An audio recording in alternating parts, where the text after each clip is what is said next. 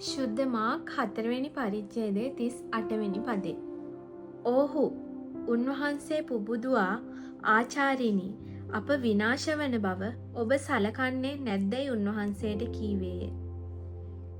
ඉතින් මේ කුණාටු අවස්ථාවේ ජේසුස් වහන්සේ නිදාගෙන ඉන්නවා කියලා හිතන ගෝලයෝ ජේසුස් වහන්සේ බලාපොරොත්තු වුණ දේ ඉෂ්ට කරන්නේ නැතුව ජේසුස් වහන්සේට කතා කරලා කියනවා අපි විනාශ වෙන බව සලකන්නේ නැද්ද කියලා අහනවා.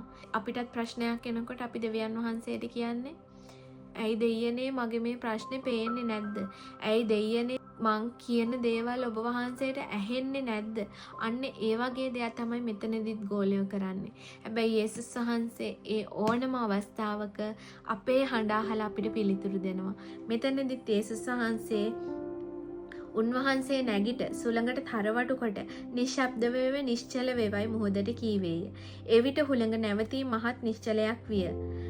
උන්වහන්සේද නුඹලා බයව සිටින්නේ මන්ද? තවම නුඹලාට ඇදහිල්ල නැද්දයි කීසේක. ඉතින් මෙතනදී යේසුස් වහන්සේ බලාපොරොත්තු වුණේ ගෝලයෝ ඇදහිල්ලෙන් මේ පීඩාවෙන් ජයගනී කියලා. නමුත් ඒ දේ සිද්ධ වුණේ යේසුස් වහන්සේටම ඒ දෙයට මැදිහත් වෙන්න සිද්ධ වුණා. ඉතින් අපිට අපේ ජීවිතේ පීඩා එනකොට ප්‍රශ්න එනකොට අපි හැම වෙලාවෙම අපේ ඇදහිල්ල ශක්තිමත් කරලා ඒ ඇදහිල්ලෙන් අපි ඒ බාධාවන් පීඩාවන් ජය ගන්න ඕන. අපිට උන්වහන්සේ පොරොන්දු දීලා තියෙනවා. දේව වචනේ පොරොන්දු උන්වහන්සේ අපිට ගොඩක් දීලා තියෙනවා. ඉතින් ඒ පොරොන්දු කඩ කරන්න උන්වහන්සේ මිනිසෙක් නෙමෙයි. උන්වහන්සේ ජීවමාන දෙවියන් වහන්සේ. අනිවාර්යයෙන්ම ඔබේ පීඩාවට ඔබේ ප්‍රශ්නයට උන්වහන්සේ පිළිතුරු නිසක වශයෙන්ම දෙනවා. හේබ්‍රෝ 10:23 වෙනි පදේ උන්වහන්සේ මෙහෙම කියනවා.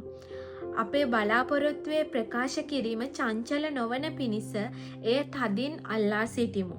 මක් නිසාද පොරොන්දුව දුන් තැනන් වහන්සේ විශ්වාසවන්තව සිටිනසේක. අපි යම් දෙයක් තදින් අල්ලගෙන ඇදහිල්ලෙන් ඕනම දෙයකට අපි ක්‍රියා කරනවා නම් පොරොන්දුව දුන්නා වූ දෙවියන් වහන්සේ අප සමග ඉන්න. උන්වහන්සේ විශ්වාසවන්තයි අපිට දුන්නා වූ පොරොන්දු ඉෂ්ට කරන්න. යේසු පිහිටයි.